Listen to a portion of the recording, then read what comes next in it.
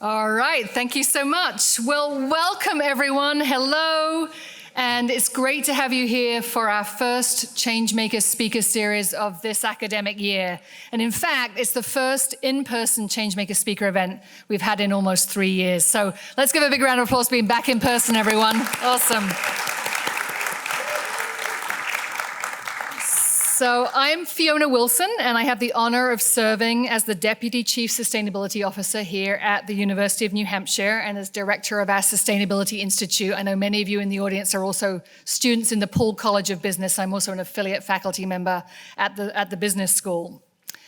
The topic of today's event is really about the climate crisis and specifically exploring the role that the business sector can, we might say must play in driving reductions in greenhouse gas emissions. Given the most recent report by the Intergovernmental Panel on Climate Change, it's known, we refer to it as the IPCC, it's the United Nations body for assessing the science related to climate change. This topic couldn't be more timely or more urgent. I think the evidence is clear. Human-induced climate change, including more frequent and intense extreme weather events, kind of like the rain we have out here right today, is already causing widespread adverse impacts and related losses and damages to both nature and human beings across the planet. Certainly this summer has been pretty sobering evidence of this, right? A massive hurricane in the Caribbean, named after me, unfortunately, a typhoon in Alaska, devastating floods in Pakistan, and historic droughts in the Horn of Africa. And according to the IPCC, global warming reaching 1.5 degrees centigrade in the near term would cause unavoidable increases in these climate hazards and present multiple risks to ecosystems and people. So it's really clear that urgent action is needed in this decade, right? In this decade, the next 8 years, to really limit global warming to as close to 1.5 degrees centigrade as possible. So given this sobering reality, this event, as I said, couldn't be more timely. We're really delighted to have you all here at UNH today. We're the state's flagship public research university in New Hampshire. And I think it couldn't be, in some ways, a more fitting location for this topic. Some of you may know, or maybe you don't know, that UNH was actually the first university in the country to establish a sustainability institute back in 1987. And we're now actually just starting the celebration of the university's 25 years of doing work in sustainability. And today, because of a quarter century of commitment to sustainability, UNH is one of only 11 institutions in the US to have achieved a platinum stars rating from the Association for the Advancement of Sustainability in Higher Education, called ASHE. And within that group, UNH is actually the fifth highest university in the country. So I hope you're all really proud as Wildcats, right, that whether you knew it or not, you made a choice to come to one of the most sustainable universities in the country. We're certainly really proud of that sort of national leadership in sustainability in higher education, but not so much just because of the status and reputation, but really because of the impact that it means that we are able to have as a university today and in this coming pivotal decade. UNH has been working towards greenhouse gas emission reductions for decades, actually over 20 years. We've already cut our carbon footprint by more than 50% in that time. And last year's update of WildCap, which is the UNH's climate action plan, laid out continued ambitious reduction goals in line with the science-based recommendations.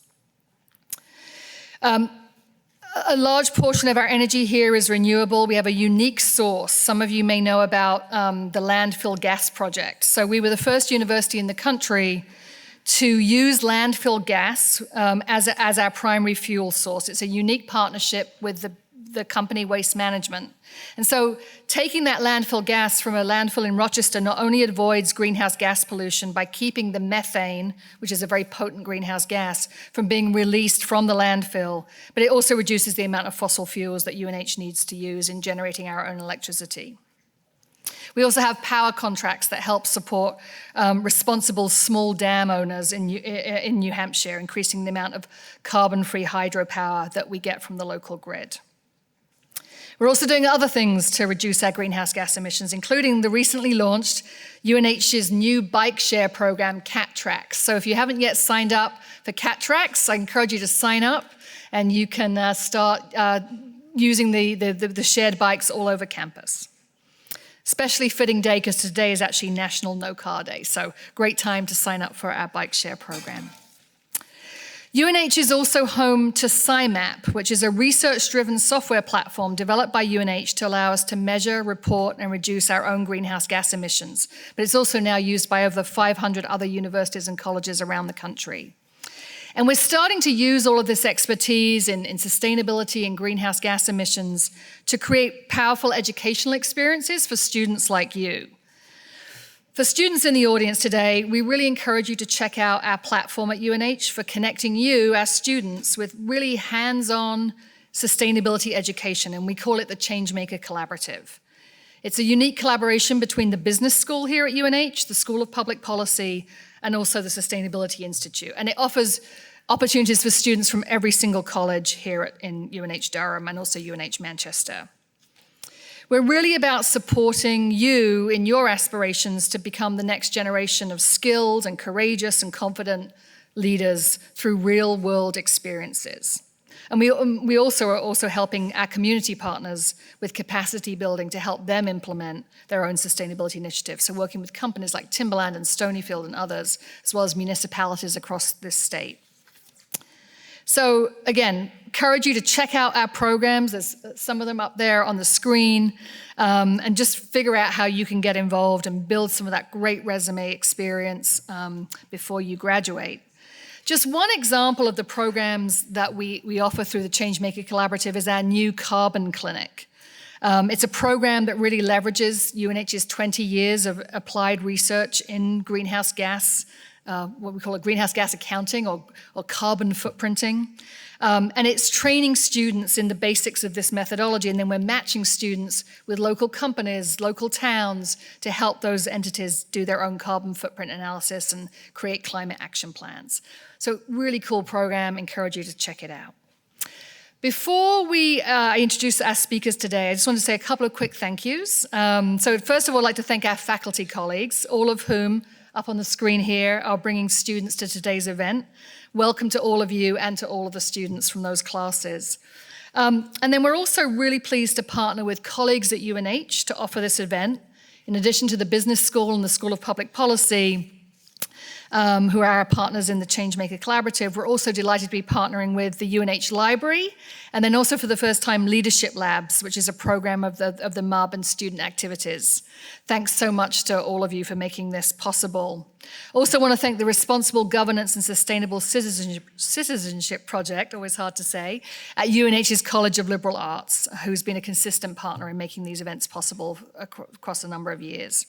And lastly, we're really grateful to our partnership with New Hampshire Businesses for Social Responsibility, who is making this event available to their members today as well. So let's get on with our event for today. So we host this Changemaker Speaker Series because we know how important it is to bring to campus incredible leaders and shine a light on some of the innovative practices that these organizations out in the community are doing. And we want you as students to really understand the broader sort of business context about what's going on surrounding your education here at UNH. So today's event, again, is really focused on this pivotal role that the business sector, for-profit businesses, corporations, that they can, and I'd say indeed must play in really addressing the climate crisis. Corporations account for a significant percentage of greenhouse gas emissions annually, both here in the US and around the world. And so business has long been sort of seen as part of the problem. But we're now starting to see these really encouraging signs that the business community is really stepping up voluntarily at this stage to make bold climate commitments and to really harness the scale and the power of business to be part of the solution to the climate crisis. So today we're going to learn about a really inspiring story of a major multinational corporation, arguably in one of the historically most environmentally damaging industries in the world. who over the last 25 years has fundamentally reoriented their business strategy and processes to really reduce its environmental impact and to go even further. It's a powerful story, I think, for many reasons, but including because I think it really proves that if this company in this industry can do this, then there's no excuse for any other company not to follow suit. So I would love to introduce our first speaker, our keynote speaker for today, who is Lisa Conway. Lisa serves as Vice President of Sustainability for the Americas for Interface, the global flooring manufacturer that is leading the industry to, quote unquote, love the world. She and her team are responsible for regional activation of the company's mission, which is called Climate Takeback. To drive understanding of the need for transparency and the prioritization of embodied carbon within the building industry, she co-founded the Materials Carbon Action Network in 2018. She also serves as the chair of the Sustainable Advisory Board for Penn State University's Smeal College of Business, which is where she's from, and is on the executive board of directors of the nonprofit Building Transparency. So I couldn't be more excited and honored to have Lisa with us today. So Lisa, come on up.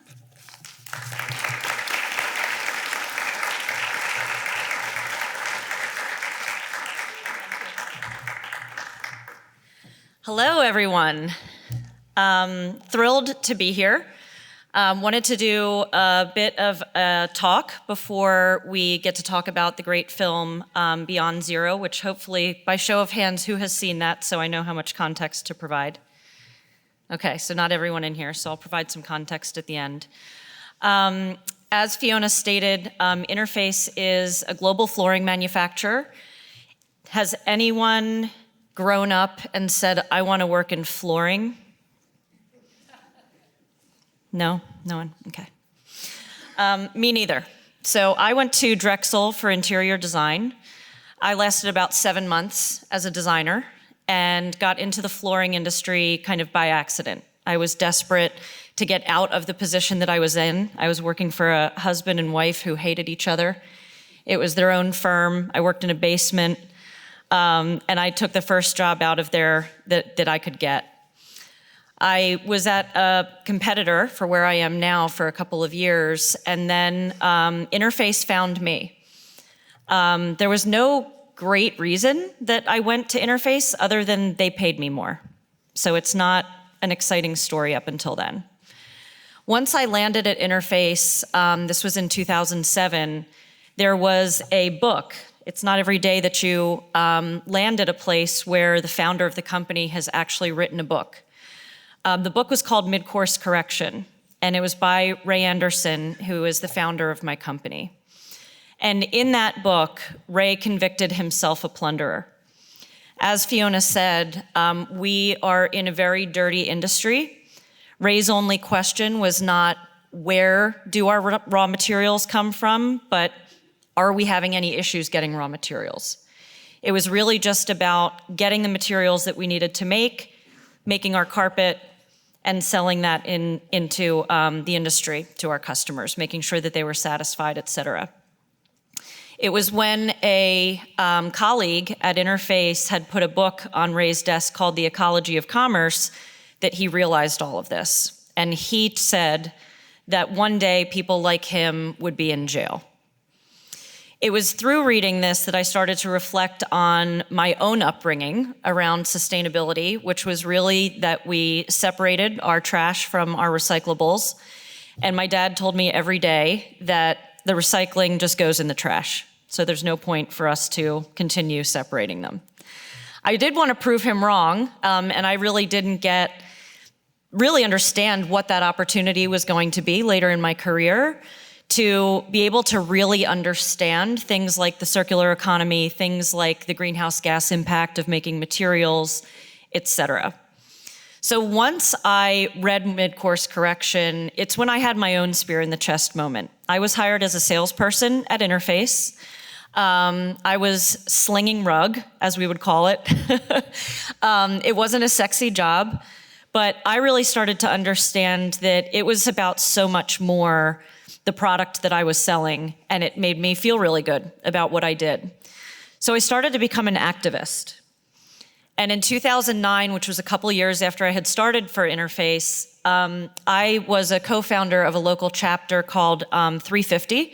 You may have heard of 350.org. It is an organization that is about spreading awareness that 350 is the safe parts per million upper limit of carbon dioxide in the atmosphere. So super nerdy, get an interior designer, getting on this kind of podium talking about climate change. And really, no matter what your background is, you could be an activist in climate change as well. So you might do it from your seat, whatever employer you land at, or you can do it kind of on the side, but definitely figure out how to do it. It was then that I brought Ray Anderson to Philadelphia. He had written an update to his book called Mid-Course Correction. The new one was called Confessions of a Radical Industrialist. And this is where I really got to connect with Ray and tell him how much his story had meant to me, how it has been pivotal in my career, and how proud I was to be working for his company. So he had written to me, because his handwriting's pretty terrible, to Lisa, comrade in arms for tomorrow's child, and great friend of Earth with appreciation and all good wishes. This is really special to me because 2 years later, Ray passed away. And our company went through a mourning period. It was hard to understand how we were going to carry on Ray's mission when he wasn't with us anymore. In fact, you could even say that our business flatlined at that time. We didn't know who we were anymore. In the meantime, I had children that were of the age to start getting out there and becoming little activists themselves. This was a really cool time. They would say, if you ask them what I did for a living, they would tell you climate take-back. That's what we call reversing global warming. In fact, Nathan, no offense, but when I had my children, I'm like, do you want to watch this video about my company? They're like, oh, is it another carbon video? I'm like, it is, actually, and you're going to like it. And they did. But getting out there and really showing my kids early what it was like to get up out of your chair, your gaming chair, in my son's case, and actually do something and see what it can mean to change the world was really important to me. So this was a climate march that we did in Philadelphia. His says climate change is worse than homework. He still feels that way. He chose his middle school based on the fact that there's no homework assigned. So he's got really strong goals in life. He's going to be a YouTube star. So all of this, I have loved being a part of Interface. And I say to people that I've been loud enough and passionate enough. I don't have the qualifications on paper, having a degree in interior design and not earth science or something lofty like that, or a great sustainability degree from UNH. But I think the point of my being up here is to say, no matter where you end up in your career, just know that, and this is a Ray quote, you can brighten the corner where you are. You can be known for, you're all capable of learning, you're all in college, and you can learn along the way. The most important thing is to be able to actually carry that torch no matter where you sit in an organization. You don't have to work for a nonprofit. You don't have to be an activist. There's so much that you can do from wherever you sit in your professional or personal life.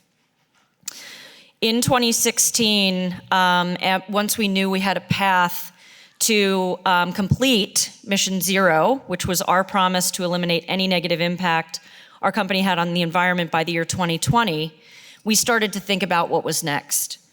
And when we started to think about what was next, we knew that we wanted some focus for our next mission. Our prior mission was, we're reducing waste, we're reducing energy, reduction. We took a step back and started to think, whoa, perfectly timed. We started to think, what is Interface uniquely positioned to provide the world? And what does the world need most now? And the intersection of those two things was the reversal of global warming. I didn't stage this, I promise. So we call it climate takeback. If you haven't seen the Beyond Zero film, you hopefully will still get a chance to do that. These are the 4 pillars of how to start thinking about the reversal of global warming. Reversing global warming isn't something that you can wake up and be like, I'm going to reverse global warming today. That feels really overwhelming. So we've broken it down into 4 pillars. And just quickly, those are living zero, which is a lot of what Fiona talked about that UNH does. It's that reduction, reduction, reduction of less bad, ideally getting to zero.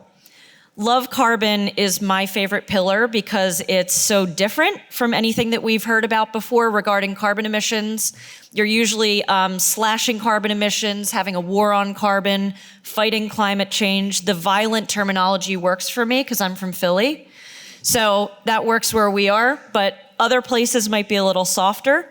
And we talk about loving carbon. So think of it as the circular economy of carbon.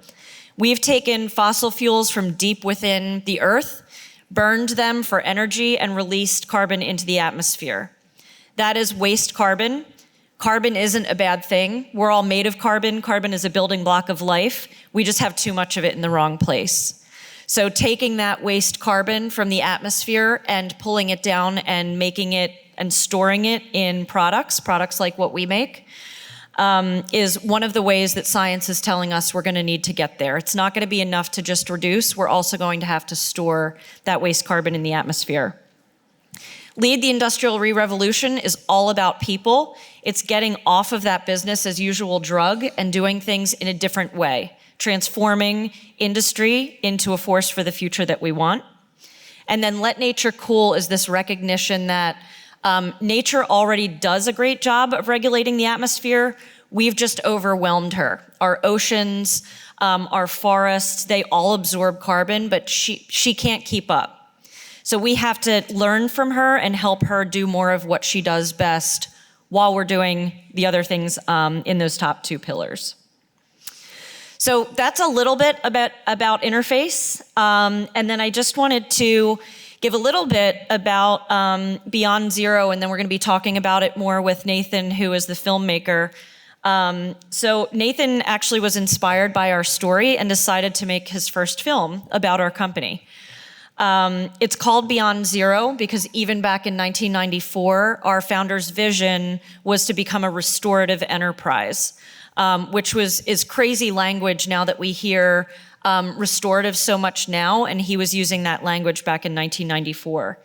So we're a publicly traded company. This is about using business as a force for good. It is not only about nonprofits and B Corps and things like that. We have to show that no matter where your stock price is, that it's time to invest in sustainability, and those rewards will be reaped over time, which we've definitely shown. So we'll learn more about the film, and I think that Fiona and Nathan are going to come up now. Thank you.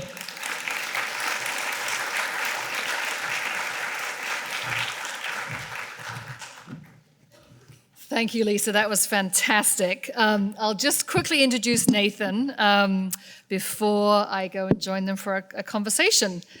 So Nathan Havey, who's just joined us on stage, is the documentary producer, director of the movie that many of you saw in advance of today's event.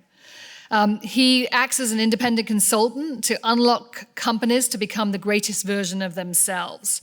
He's really a believer in the transformative power of stories, which also led him to write and direct an acclaimed podcast series called 10 Things That You Should Know About Stakeholder Capitalism, and of course the award-winning documentary Beyond Zero. I know that many of you in the audience attended our public screening last night, or in the MUB, or watched it in class, or did it as a pre-assignment, but if you didn't get a chance to watch it, I encourage you to watch it now, afterwards. I just want to say my sincere thanks to Nathan, not only for making this excellent and important film, but also for so generously allowing us to share the film with the UNH community this week. So, Nathan, I'm going to come over here. And y'all, you'll have to indulge me, but I want to get a group shot real quick. If you all want to throw up any signs while we do this, go for it. But I'm going to do a big ol' selfie, if that's okay. One second. 1 second. Oh, let's get. Here we go. All right, here we go. Everybody smile on 3, 2, 1. Thank you. Appreciate that. Thinks he's Justin Timberlake. It's yeah, right. It's my kids are like, why are you not here to make us macaroni and cheese? And I gotta show them why. So thanks. I love that. So Nathan, my first question's for you. So you were not hired by Interface, by Lisa's company, to make this documentary. You were drawn to it completely independently. Tell us why. Like, what was it about this story that drew you to make this documentary?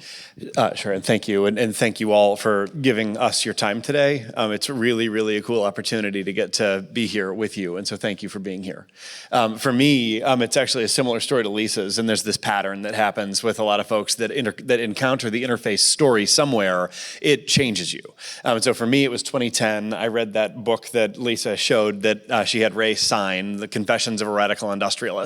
And at the time, I had been a congressional staffer, and I thought that policy and political change was going to be my path and the way to try to, leave the world better than I found it, and had gotten super frustrated with the pace of that change and just with all the things. It's worse now than it was then, but was casting about trying to figure out what else there was. And when I read that book, it was the first time that I had sort of been introduced to the idea that business is the greatest organizer of effort in the modern world.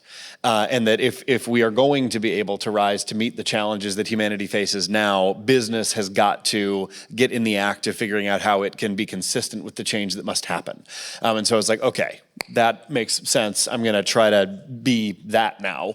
And so just figured out how to try to sort of be a consultant. I was living in Alaska at the time, and so I started that with like roadside diners and stuff. It was really fancy. But then as I got deeper and deeper into it, I started doing these storytelling events with CEOs from around the country. And I had the opportunity finally to meet somebody from Interface. And I had never met anybody from Interface. They were these rare and amazing beasts. Yeah. But it was Erin Mizan, and she's the Chief Sustainability Officer, and she told me all of these incredible things that had happened at Interface since Ray's unfortunate death. And it blew my mind, absolutely changed the way I thought about environmentalism, this notion of going beyond zero, not just doing less bad, but actually getting to positive environmental impact.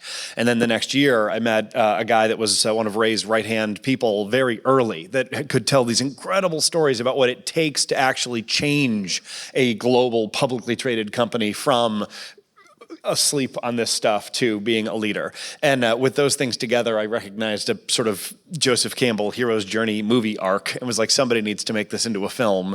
And my dad's been a documentary filmmaker for 40 years, and I just at one point had a glass of wine too many and said, Dad, I've got the best story. You got to listen to this. And he was like, you should see if you can put the deal together for that. And got some seed funding from some CEOs that I'd worked with, asked Interface if they'd be willing to let me have unfettered access to their archive with no editorial control over the resulting product of that, and somehow they said yes.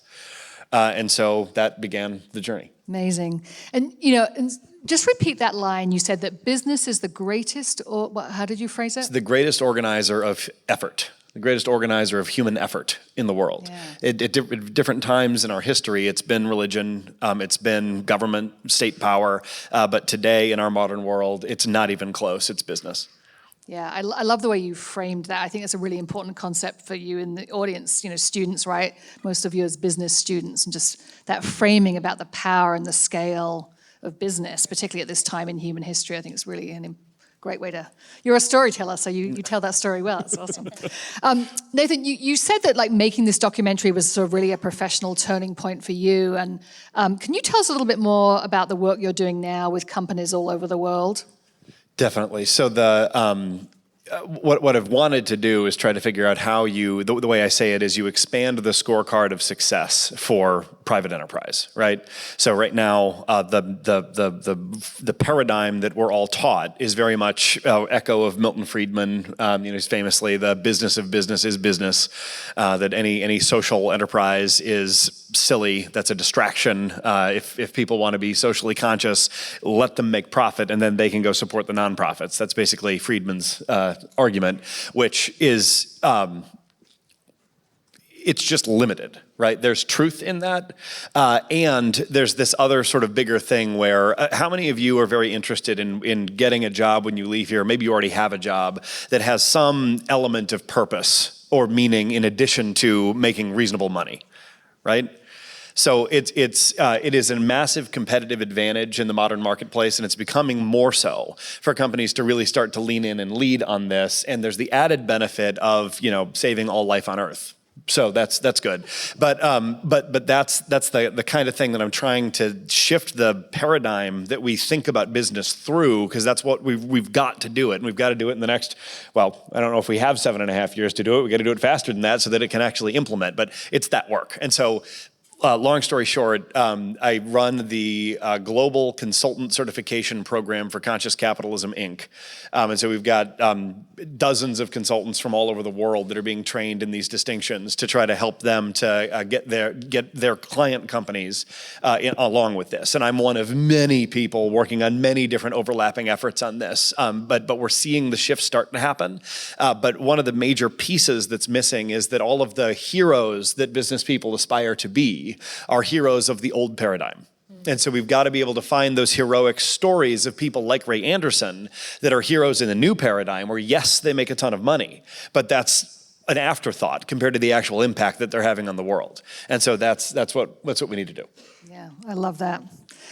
Let me turn to you, Lisa. So, there's no question that Interface is really leading the way and is out in front of other companies in your same industry. I mean, you're regarded as one of the most sustainable companies in the world for very good reason. And in many ways, I think in your industry, I think it's a competitive advantage for Interface to be so sustainable. Now, the traditional rules of business suggest that companies should so closely guard their intellectual property, right? How do you see that at Interface? Do you feel a responsibility to share or to open source your methodologies around sustainability with other companies in the same industry? Yeah, so back in, I would say 2009, 2009, we were the first North American carpet manufacturer to publish an environmental product declaration. That's an EPD. In that, it's like a nutrition facts label for food. So it doesn't mean that your product is healthy.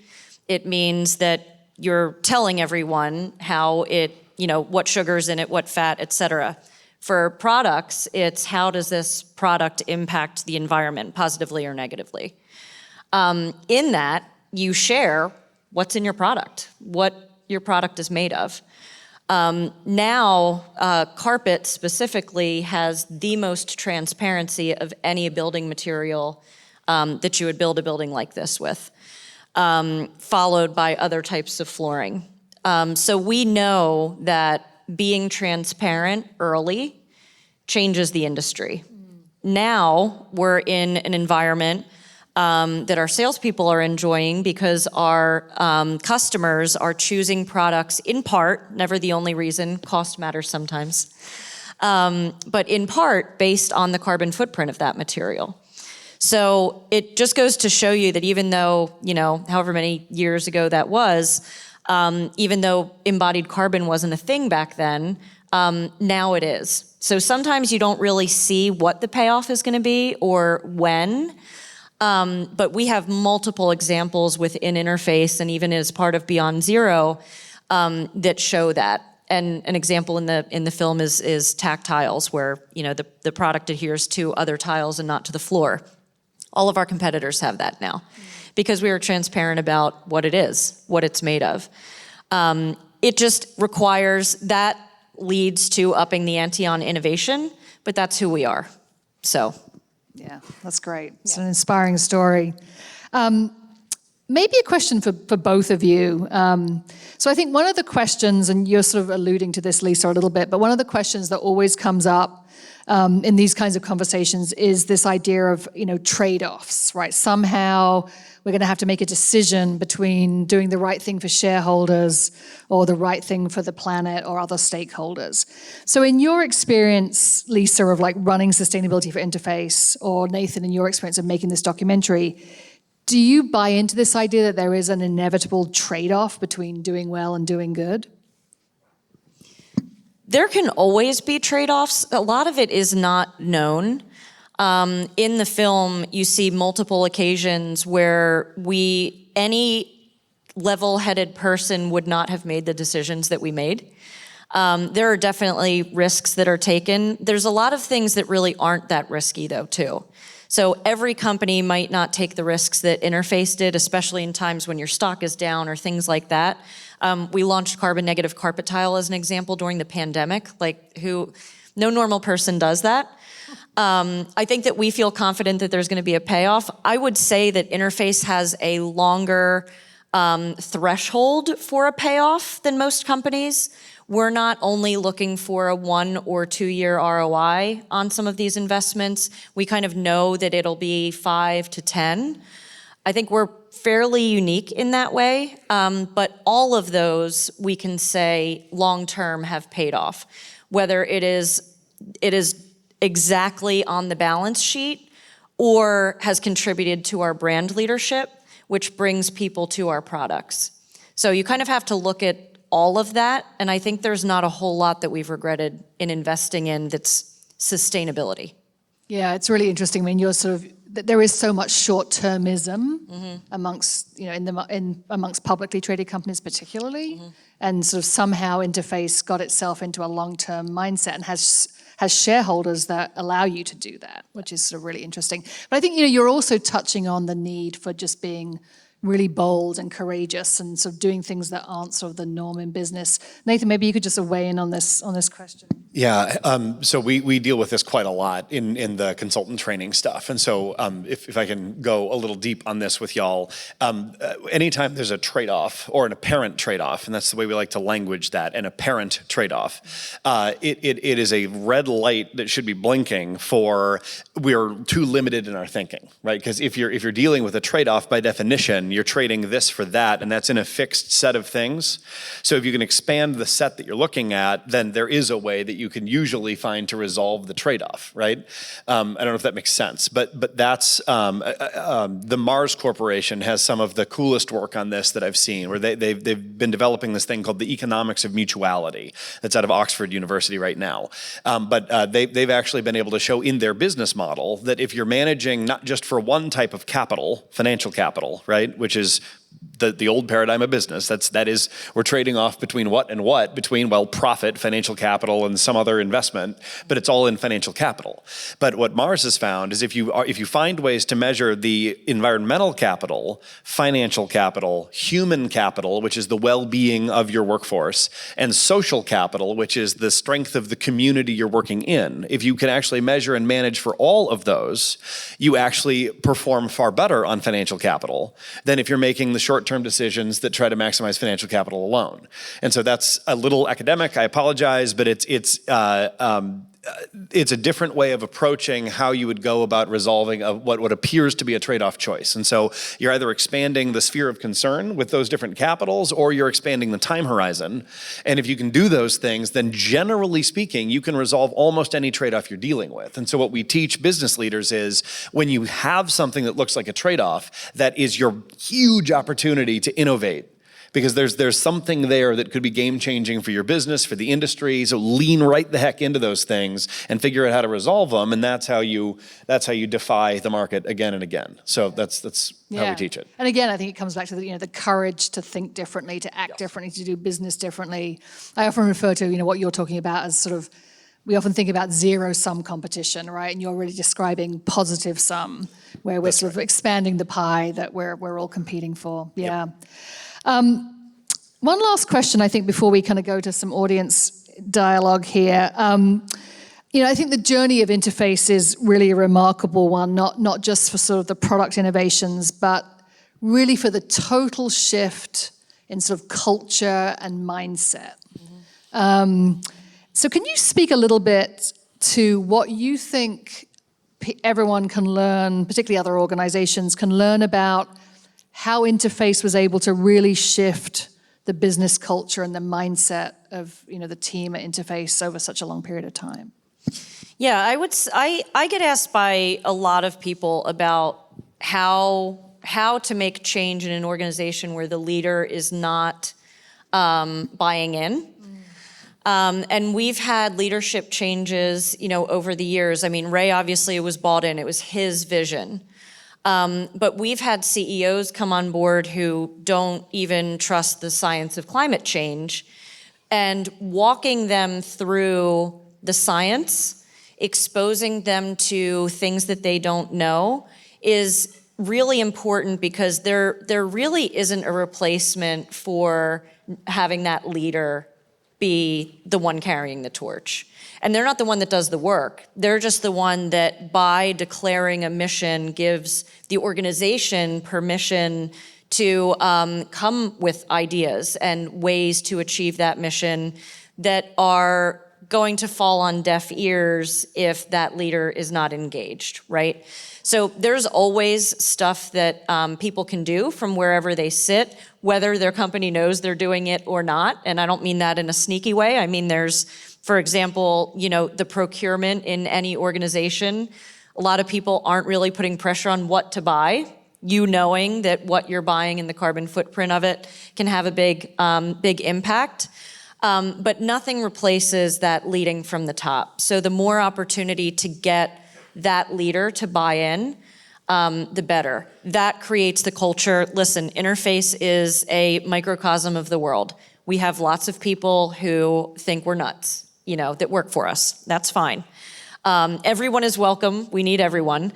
But if you want more and you like to contribute and you like to be kind of walk around prideful for who you work for, we're a really great place to work, because there's so much of that opportunity to be able to contribute, whether you're in accounting or on the manufacturing floor or whatever. So I would say that our culture, kind of in a snippet, is we have a permission to pursue. I created a carbon lovers program. That was just, who wants to talk carbon like once a month? We've got Jill here with her shirt on. Show them your shirt, Jill. She's an official carbon lover. It's a play on the periodic table of elements. But that kind of like goofiness is welcome at our company, and it's like, do that program, and we have people in all corners of the business that show up for that. So. It's a special place.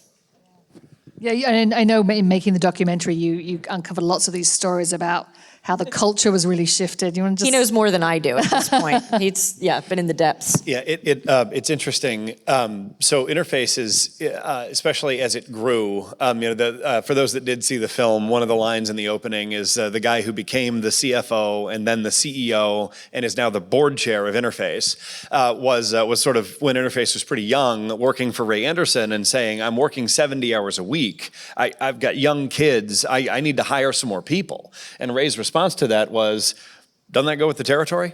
70-hour work weeks? Not willing to sort of budge on that. So Ray, highly competitive, really hard-nosed business person. But then I think that he had a bit of a transformation a little later as he expanded his scorecard for success in recognizing that the hierarchy only gets you so far. You do need it to set a vision and a direction. You do need some of those things to organize, but there's another thing that happens within a company that it goes by a lot of different names, but it's basically the social connections between people outside of any hierarchical lines of reporting or whatever. And if a company can learn to nurture those things, Interface did it through a program called Quest, which was quality, do you know it? Oh, God. Quality utilizing team something and whatever, but it was like it was a quality thing where it was kind of like a precursor to lean manufacturing, where they would empower team members to come forward with ideas to improve quality. But then as the goal started to become bigger than just quality, it became a sustainability core within the company, and they started to incentivize ideas from the factory floor for how to do it. And many of the breakthrough game-changing innovations in the Interface story came from people that were machine operators on the factory floor. But they had to go through this cultural transformation that was not Ray strong arm top down, that became much more of a cultivation kind of a process. And in the conscious capitalism world, we actually talk about that the thing that people need to get is that you're not hiring employees to serve you. You as a leader are there to serve them. And like you're helping them to discover their gifts. You're helping them to discover the things that they're really, really good at that they might not know and you might not know. But Interface kind of stumbled into creating that kind of a culture because they had to. Nobody knew the roadmap for how to do this thing, right? They had to figure it out for themselves. And you can do that with a couple of super smart people at the top trying to make all the calls. But I don't care what the collective IQ in that room is, it's nothing compared to 5,000 people all around the world that are all engaged in the same kind of thing. And the companies that we find can actually fulfill higher purpose the way that Interface does, they all have that kind of common cultural element that's the thing. And it's also a lot more fun to work for companies like that. Absolutely. And, this generation, right, if you look at the trends, Gen Z, millennials, they all want to work for companies that have a higher purpose. Absolutely. Yep. All right, we're going to turn to you guys. So one thing before we do that, well, two things actually before we do that. Number one, I know a number of your professors want you to take a selfie of yourself at the event. So we're going to encourage you all just to stand up. I think I got that already. They need one. They need one. So please stand up and just take a selfie of yourself showing that you're here at this event today. So share those with your faculty when they ask, but also encourage you if you want to, maybe you're going to post something on Instagram today and make us say something about this event that you came to. All right, so let's come back together. So what we'd love you to do just for a couple of minutes is we want you to do a pair and share. So we want you to turn to somebody next to you or behind you or in front of you. And we want you to say, what is one thing that you heard today that really shifted your mindset about the role of business in addressing the climate crisis? All right, 2 minutes, go. All right, so we'd love to come back together. This is definitely a time now for some questions for Lisa and Nathan. But if anybody wants to share anything they talked about in the pair and share, we'd also love to hear that. So anything you spoke about in the pair and share, or if you have a question, please put your hand up, and one of our fabulous people somewhere will get a microphone to you. Hi. I'm not very well spoken, so I apologize in advance. You have the guts to get up, though, so that's awesome. Don't apologize. Well, so my question is, I know that that Interface has the initiative to have the recycled, used rugs to be recycled into the new products that you put out. What I'm worried about / have a question about is, as that is recycled material, do you have a plan for when that gets used and then discarded, how that could get recycled again, or would it have to be downcycled? Great question. Yeah, great question. It actually can continue to be turned back into itself. So our earliest studies showed that could be done 8 times. The deciding factor is really how much of the fiber, which is on the top of the product, contaminates that recycling process over and over and over, but we know that it can be done at least 8 times.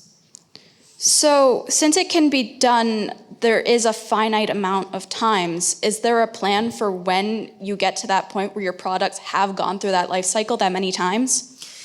There's actually a much larger issue that either you're not touching on, or let me just give some perspective. Yeah. Interface is the best-in-class recycler of carpet tile. Yeah. we only recycle 5% of what we make each year, because that's how much we actually get back from our customers. So to get to your point of like, we would love to even be able to recycle those 8 times, that's not even happening now. One of the ways that we're looking at changing that paradigm is going after carpet recycling legislation in states, which has passed in California. It is actually on the governor's desk in the state of New York, and then there's language in for bills in both Illinois and Minnesota, because along the line of something being owned, so let's say, this doesn't happen in universities generally, but let's say that you guys put our carpet down in this space, and then this is no longer a UNH space. UNH vacates the property, and then whoever comes in to lease it, doing something with that carpet tile is actually that person's responsibility, that owner's responsibility. And that's where it all gets broken, because UNH might have made a great decision to put in interface carpet tile, but the next person coming in doesn't know that that's carpet tile that can be recycled. So we are going the legislative route because that takes less of the option away from the owner of the product and makes it more of a requirement to enter a recycling stream. So it's fraught with peril, and we do as much educating as humanly possible, but even with that, there are still gaps.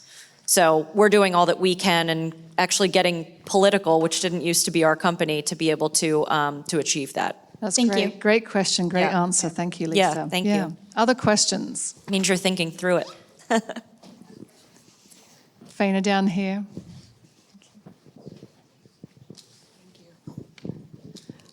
So you were talking a lot about like the power of businesses to change things. I think a lot of people talk about that nowadays in terms of like the big businesses are doing all this damage and the kind of local level, like personal change doesn't have as much impact. What do you think about like the relationship between what businesses can do and what like I could do today? Awesome question, yeah. Go ahead. So, awesome question. I think there's a couple of dynamics that are at play there. They go together. So the big changes don't happen without the sort of individual behavior changes as well. One of the things that there's lots of stories from Interface is that as people work at Interface, they change the way that they live. Because they just know so much more about it. And so one of the great opportunities is as business engages on this, it's the perfect forum for people that aren't full-time students. Where are they going to get exposed to this? They don't have the time to go and research and all that kind of stuff. And so if it becomes a part of workplace culture, that creates a rising tide effect in theory that could really change a whole lot of individual behavior. And that's where we get the kinds of multiplier effects, and that's how the whole world looks different in 7 years. So that's a piece of it, right? The other piece of it is if you kind of do that the opposite way, and if there was a massive movement, and there is a massive global movement for people to really take responsibility for their own decisions, and businesses don't step up and lead, they'll drag us over the cliff.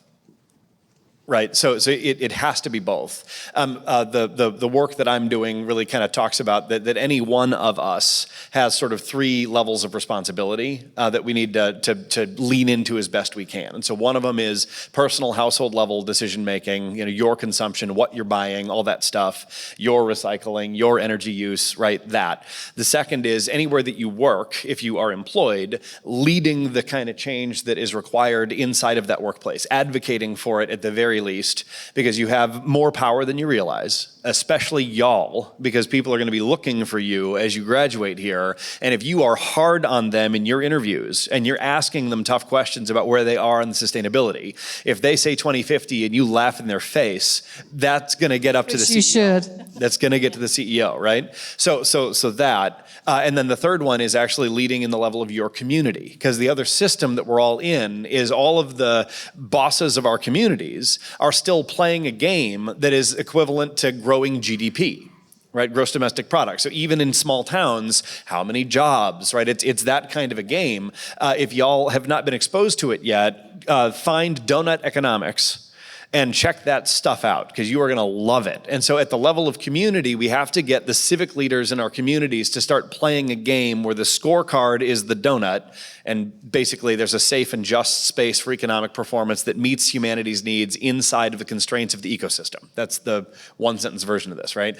We have to change from ever-growing GDP as the goal for all of our policy and get into the donut, and any one of us can and must be playing those three games as best we can with the resources that we have. And so I don't know if I directly answered the question, but it's kind of like we've got to have an all of the above. It can't just be one or the other. Yeah. The only thing I'll add to that is there wouldn't be a movement if the movement was made up of perfectionists. So if you think that for you to be involved in this movement, you have to not drive a car or you have to be vegan or something like that, that's not helpful to anyone. I've tried to be a vegetarian many times in my life. It would align with who I am and my title and all of those things, and I haven't been able to do it. I'm really sorry, but I feel like I do a lot of other great things.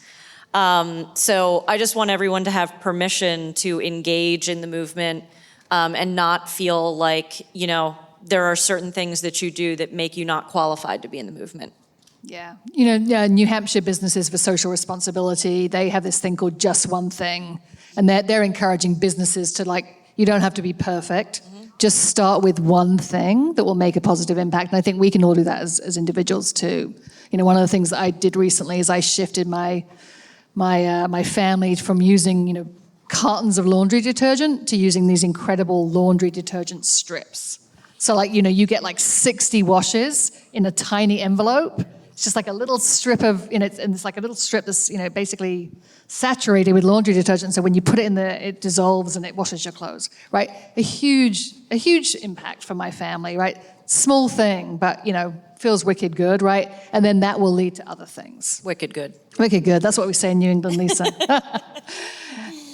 I think we probably have time for one more question. Who would like to ask? Yeah. Faina, or Kathy, just... Put your hand up high. Oh, here we yeah, there we go. Hi there. I have a question more on a macro level. So sustainability is growing in prioritization in a lot of companies, but it's really hard for smaller companies to prioritize this, especially when there's things like profits, supply chain, distributors that take precedent. So I'd like to know a realistic framework of where you think sustainability should begin to start integrating into a startup company, specifically very, very beginning stages of a startup company. Great question. The beginning. I think that Ray wishes that it was embedded from the beginning, as opposed to taking a company that is completely built on the wrong principles, the wrong raw materials, the wrong. We are often jealous of companies that are newer, that don't have the type of bad habits that we do, right? You don't have to change as many people when they're entering a company at the earliest stages. And I would tell you, for any of you that are starting companies or joining startup companies, do it early, because it gets harder the more set in your ways you get over time. And then you're asking other people to change, and change is hard. The thing I'd say is where we start this is literally having companies define success, right? And if the definition of success is in a financial metric, we invite them to consider that there are other dimensions of success that they need to sort of just consider. And as we said, you don't have to be perfect. You don't have to do all of the ESG stuff. You don't have to be perfect on everything. Interface is not. No company I've ever met is. But really asking the founders of the company, what are you here for? What is the actual reason that you are in business? And yeah, there's the financial stuff that must be satisfied, or you're not going to be in business. It's like, your body is designed to make red blood cells, and if it stops doing that, you will die. But is making red blood cells the purpose of your life? Probably not. Same thing with a company. It has to make money, but it's not here to make money. There's something else it's here for. And so the cleaner you can get on what is that stuff and how do you measure it, that then gives the sort of the guide for any given startup to say, okay, well then this is the stuff that we're going to prioritize and this is where we're going to start. So it really can look lots of different ways in the startup phase, but the big thing is just that expanded definition of success at the DNA seed level of the company. If they've got that, they'll get there. Does that make sense? I think and both of you kind of addressed that a little earlier in this conversation, which was really about dispelling the sort of Milton Friedman myth, right? That doing good things for people and the planet will come at the expense of profit. But you both powerfully said in different ways that actually doing good things for people and the planet is becoming required to be successful financially. Because consumers are demanding it, investors are demanding it, public policy is starting to demand it. And so if companies don't consider their impact on people and planet, they probably won't be financially successful in the long term. And that's the whole ESG thing that's coming. Like I have people say, Interface is an ESG leader. ESG is about risk. Like if you're not taking care of your responsibility and contribution to climate change, et cetera, social impact, that you're not going to have unrest within your company, like those are making sure that those are financial risks that are cared for, that you're making a smart investment. So it's, starting from the beginning is a lot easier. Yeah, absolutely. So I'm going to ask our speakers, wonderful speakers today, to sort of end with one thing for all of you. And the question is really, I think this has been a pretty optimistic and hopeful conversation, but I recognize that, we're in a time in the world where there's a lot of bad stuff happening, right? It's pretty depressing when you open the newspaper or listen to the radio. So during a time in the world when we are surrounded by so much negative and distressing news, why do you have reason for optimism about the future? Why do you think the students in the audience today should have reason for optimism in the future? While you're just thinking about that, I just want to say a big thank you to both of our speakers. But I also wanted to say a big thank you to Jill Albers, who is our regional interface rep. She has become a wonderful partner and friend of me and of UNH over the last couple of years. And she's responsible for getting Lisa and Nate here today. So Jill, thanks so much for being such a great partner to UNH. We really appreciate it. So reasons for optimism. Well, Jill and Al, who are both Ray C. Anderson Award winners, by the way. Really, the thing that gives me optimism is actually the people that I work with, which is, and I don't mean just within Interface, I mean, there are so many hopeful people out there, and there are solutions. A book called Drawdown has 100 solutions to reversing global warming. We don't really have a choice. We have to be optimistic. But I think that especially coming out of the pandemic, people are much more in a place where they want their work to be purposeful, and they have a new ability to do things differently. Like in their minds, they're willing to learn how to do things differently in a way that wasn't the case pre-pandemic. I think because we all went through this shared experience that was very negative, and we don't want that next one to be climate change. So. Love it. Nathan, what's your reason for optimism? Just two quick things. The first one is that I'm optimistic because the change is happening. Right, you can look around and see what's happening in the big financial sector stuff, and I thought they'd be the last domino to fall, and they're leading, and so the change is happening, and it's happening extremely rapidly enough. I don't know if I'd go that far, but it is, we are in a massive transformational moment right now, and y'all can accelerate that in the next 2 or 3 years as you go do what you're going to do. So that's one of the things that gives me optimism. But the other thing I just want to say is that there is sort of this neat line of study about negativity bias in the human brain, and how we are wired to see and pay more attention to things that are threats and danger than we are to the things that are going well, because that's how you survive, right? And so that's how we became who we are. And that is also exactly how the news media works, is that we don't pay attention to stories about everything going right because we don't need to pay attention to those things. We pay attention to the threats. And so there's a metaphor that I'm quoting somebody, I can't remember who it is, this is not me, but they said that the events of a day is a book that's this thick, right? It's anything that's happening any day around the world is just this much stuff. And what you get in the news is the first 2 pages of that book. But what they do is they take the worst things from the whole book and they put them on the first 2 pages. And so you can look at that stuff and think like, God, the world is fucked, right? It's like, this is really, really bad.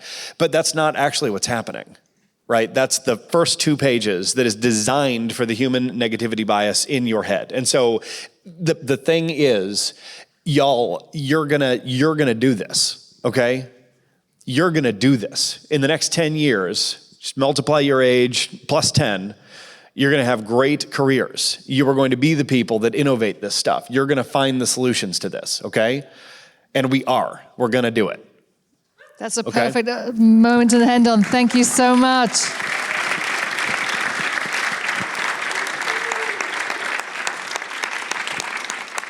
So thank you again, Lisa and Nate, for all that you're doing and for being here with us today. Thank you to all of you for coming, being such a great audience, and we'll see you again soon. Have a great day, everyone. Keep dry. Thank you.